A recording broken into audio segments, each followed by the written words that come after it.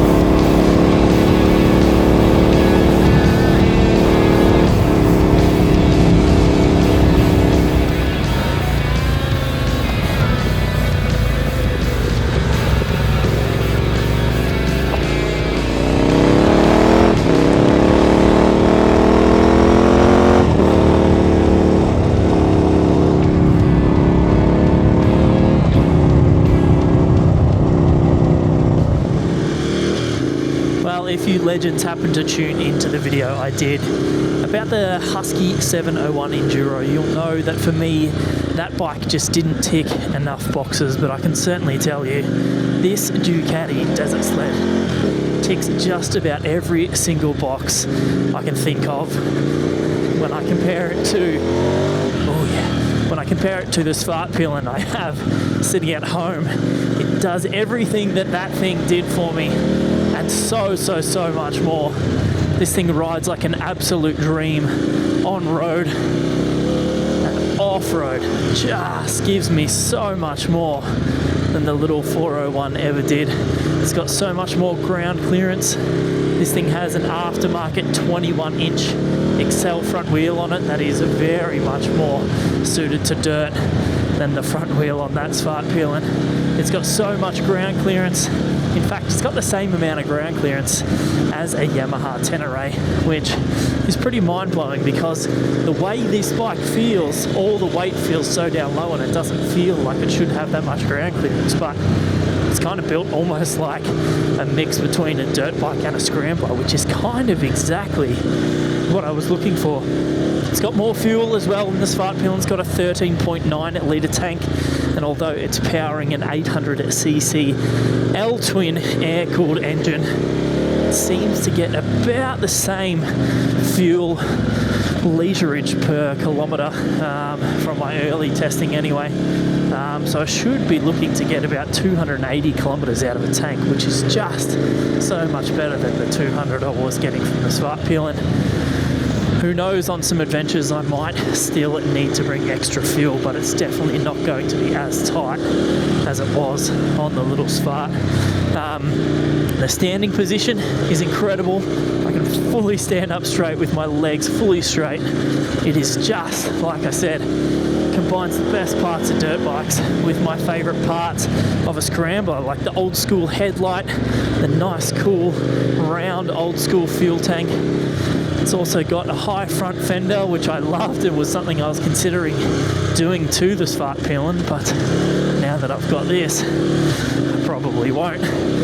It's also got some engine bash guards on it, which is great because if you've seen any of my videos, you'll know I'm pretty prone to dropping motorbikes because I'm a pretty bloody terrible rider.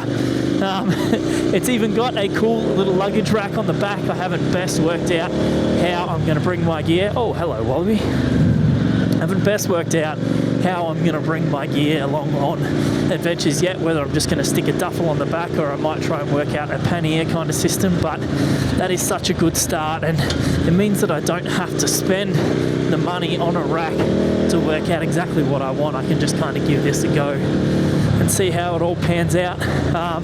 It's got an aftermarket exhaust on it. They're pretty famous for being on all Ducatis. A Terminoli, I think it is pronounced, or just a Turbo pipe. It sounds so good. Man, when this thing first started up, I fell in love with how it sounded. It is so beefy. The L-twin just sounds so cool.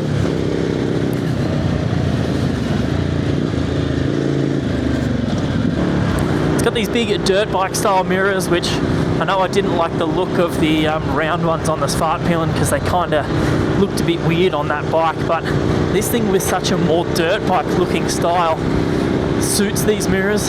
It's also got these aftermarket bark busters, which honestly are going to come in handy because the amount of time I hit stuff. And I also did break my brake lever on the Svartpilen because I didn't have any hand protection on that. Look, this thing is just, it's everything I wanted in a motorbike, and it already had all the mods that I ever would have planned on doing.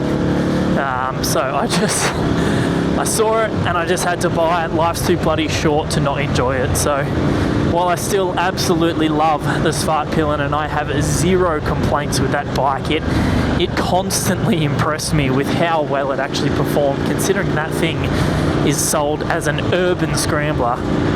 The places I took that is absolutely crazy, but over the last few months, the more and more adventure style riding I've been doing, I just feel like it's only a matter of time until either there's a track that I can't take and it means that I'm holding my friends back, or I end up pushing it too far and getting myself in a situation that the bike just shouldn't be in. So while I have zero complaints and I absolutely love that bike, I just felt right now was the perfect time to upgrade. And when this thing popped into my bike sales feed, I knew I had to have it.